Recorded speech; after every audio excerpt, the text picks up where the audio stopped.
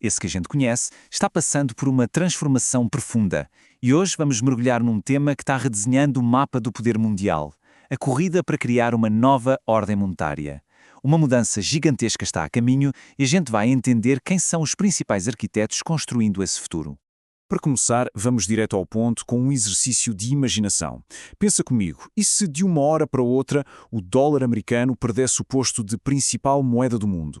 Imediatamente o mundo todo ia sair correndo atrás de um substituto, não é?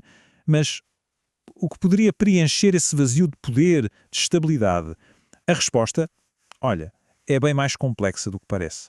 E aqui está o ponto-chave. A gente não está falando de simplesmente trocar uma nota por outra, como se fosse uma substituição simples. O que está em jogo é a construção de uma arquitetura financeira completamente nova, do zero.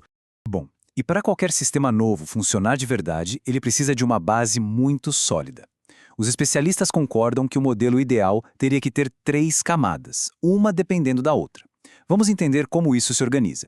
São essas aqui as 3 colunas que sustentariam qualquer ordem monetária global que queira ter sucesso. Uma base de valor concreto, uma infraestrutura para fazer o dinheiro girar e, claro, um alicerce de confiança. Cada uma delas é absolutamente indispensável. A primeira camada é a que a gente chama de base real. É ela que ancora o sistema no mundo físico, sabe? Pensem em energia, em recursos naturais, na capacidade que um país ou um bloco tem de produzir coisas. É isso que garante que o dinheiro tenha um valor de verdade e não seja só especulação. Em seguida vem a camada financeira. Essa aqui é, digamos, a tubulação do sistema. É a tecnologia que permite que o comércio aconteça de um jeito rápido e eficiente, com moedas digitais, pagamentos que caem na hora e uma integração perfeita entre as economias. E por fim, a camada institucional. E olha, essa talvez seja a mais importante de todas. Porque sem regras claras, sem estabilidade e, principalmente, sem confiança mútua entre todo mundo que participa, nenhum sistema financeiro sobrevive por muito tempo. É o que dá credibilidade para a coisa toda. Agora, o que é mais interessante é que o mundo já tem muitos desses elementos. A gente tem os recursos, a gente tem a tecnologia, o comércio já existe. O grande desafio, o que realmente falta, é conseguir integrar essas 3 camadas de um jeito que funcione, de forma coesa.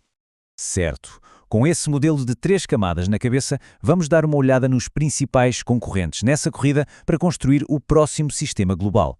Quem será que está mais avançado em juntar todas essas peças? Primeiro, é claro, a gente precisa analisar o sistema que domina hoje. Baseado no dólar, ele é o atual campeão. É a referência com a qual todas as outras alternativas são comparadas. Entender a força dele é o nosso ponto de partida. A força do sistema do dólar está na sua liquidez gigantesca, no mercado financeiro mais profundo do mundo e principalmente numa confiança institucional que foi construída ao longo de décadas. São estes pilares que até hoje mantêm ele na liderança. Agora, do outro lado do tabuleiro, o principal desafiante estratégico é, sem dúvida, a China. O país vem construindo ativamente uma infraestrutura alternativa, peça por peça, com uma visão de longuíssimo prazo. E a China tem avançado em frentes bem importantes, viu? O desenvolvimento do yuan digital, a expansão do comércio usando a própria moeda, os investimentos massivos em infraestrutura pelo mundo, tudo isso mostra um plano de integração crescente. Só que existe um paradoxo aqui. Apesar de todo esse avanço, a integração da China no comércio global ainda depende, e muito, da estrutura financeira que é dominada pelo dólar. Esse é o principal obstáculo para eles conseguirem uma substituição completa. Outro concorrente importante é o bloco dos BRICS. Juntos, esses países representam uma força económica e demográfica gigantesca, com um potencial enorme. A grande vantagem dos BRICS está naquela primeira camada que a gente viu, a base real. Eles controlam uma quantidade absurda de recursos naturais e commodities, têm uma escala económica imensa e um potencial de crescimento muito alto. O problema é que o bloco enfrenta desafios bem grandes. Falta uma coordenação política mais forte, os interesses de cada país às vezes são diferentes e, principalmente, falta um sistema financeiro unificado. Isso impede que eles ajam como uma alternativa coesa, pelo menos por enquanto. E onde entram ativos como o ouro e o Bitcoin nessa história?